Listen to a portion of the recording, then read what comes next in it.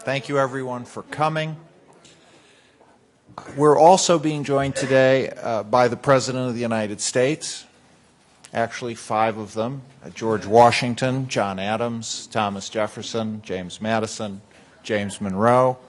We'll also have access to the wisdom of Mr. Hamilton, the Treasury Secretary, Mr. Franklin, the Minister to France, Chief Justice Jay, Generals Greene, von Steuben, Lafayette, and dozens of other founding fathers whose wisdom we will channel for you. Why are we here answering these questions? The main reason is that you ask them. You individually, you collectively. I mean, I've been giving talks on the founders for 10 years, and every single talk, whether it's a live talk or a radio show if it has call-ins, there is always at least one question: what would founder A do about X? And X can be an issue like the war in Iraq or the war on drugs, or it can be a person, President Bush, President Clinton. People want to know these reactions. And I don't think it's irrational. The founders are not that far away from us in time, certainly compared to other founders. Here's the way I think of it. When I was in college, I heard a talk by Alger Hiss. When Alger Hiss was a young man, he clerked for Justice Oliver Wendell Holmes, Jr. When Holmes was a captain in the Army, he told Abraham Lincoln, "Get down, you damn fool," when Lincoln stuck his head over a parapet of a Civil War battlefield that he was visiting. When Lincoln served his one term in Congress, one of the congressmen he served with was former President John Quincy Adams. And when John Quincy Adams was a boy, he heard the cannon and saw the smoke from the Battle of Bunker Hill from the Adams house in Braintree. So that's 5 steps from this room to the Revolution. And it's a lot further to Charlemagne or Alfred the Great or Ashoka or the founders of other countries. And finally, it's a lot of fun. So without further ado, what I'm going to spring on my fellow panelists, I brought the morning's newspaper, and the big picture, well, the big picture is a Darfur refugee. This man is Adam Sharif, a Darfur refugee, listened yesterday in a camp in eastern Chad for news about peace talks taking place in Abuja, Nigeria. And the headline is, this is Mr. Sharif, the headline is, "Largest faction of Darfur rebels signs peace pact. 3 years of carnage, but 2 other groups reject accord posing possible threat to progress." Now this is a story that's been going on for a number of years, the fighting and the slaughtering that's going on in Darfur.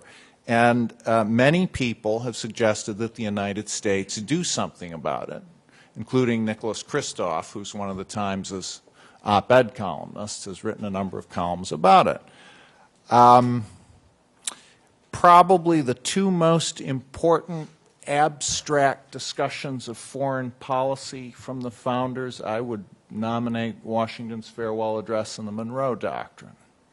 And maybe there are others that you think are equally pertinent. But what do my fellow historians think that the men of that generation, how would they react to such calls that we do something about this admittedly grave matter?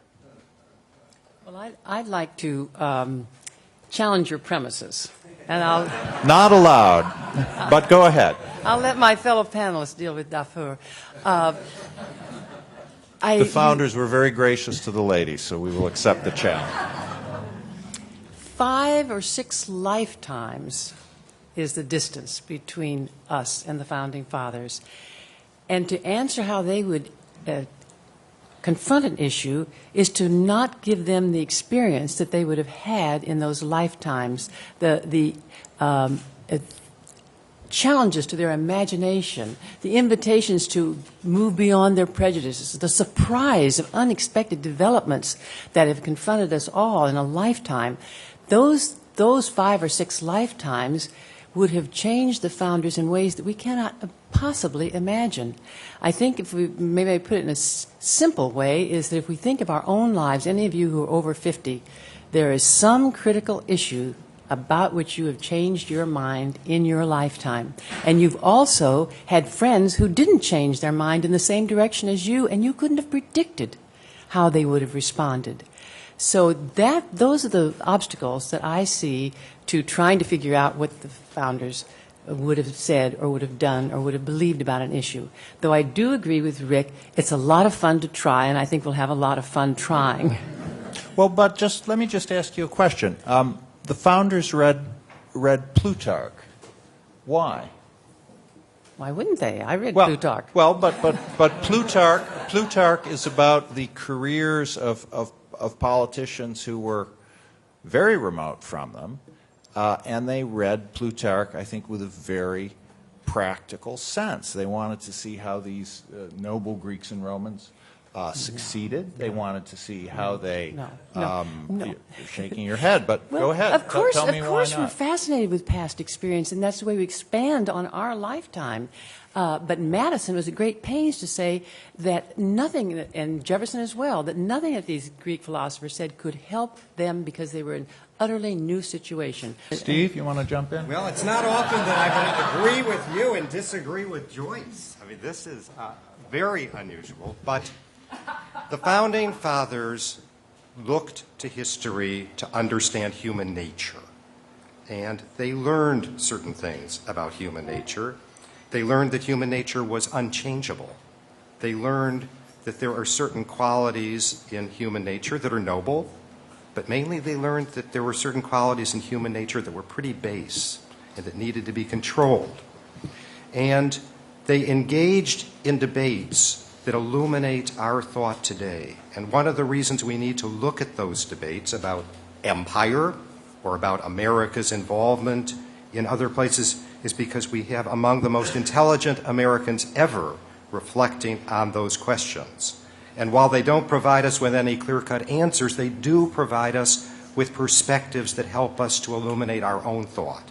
So the debate about whether the United States should serve as a moral model to emulate or whether it should engage in other countries directly, that was a debate that they were familiar with and rigorously debated about. In your judgment, or in all of your judgment, who would have been at all likely or most likely to say, well, yes, this is a terrible thing and we ought to take a leading role in rectifying it? Thomas Jefferson's vision of an empire for liberty, which I'm afraid had some ambiguities because, of course, it was also an empire for slavery, suggested that the United States needed to help bring the light of the world elsewhere. Thomas Jefferson is going to advise interfering in Darfur. Have you reflected on his attitudes toward another black disaster nearer our shores, like the Haitian Revolution? I'm sorry, I'm off this boat. But I'm with Joyce on this one. I mean, I think the limits on which we can, in any meaningful way, take the founders as an inspiration for contemporary policies is very limited. I mean, these were Enlightenment figures. They made their conclusions on the basis of their experience. What they knew of British history, what they knew of their own history, the history they'd lived through. I mean, I go with my students in great detail over the changing conclusions with regard to governmental institutions between 1776 and 1789. Having gone through such immense changes within their lifetime, they had no difficulty imagining that future generations were also going to have very different experiences, and they had tremendous confidence that certainly John Adams did, and I believe Jefferson as well, from things he said in the 1820s, but particularly John Adams, that the younger generations would be able to adjust American institutions and American policy according to unanticipated events. Well, now, one thing they wanted to invented ask was you, partisanship. Though, I haven't read your book, but I did read the blurb. That's all you need.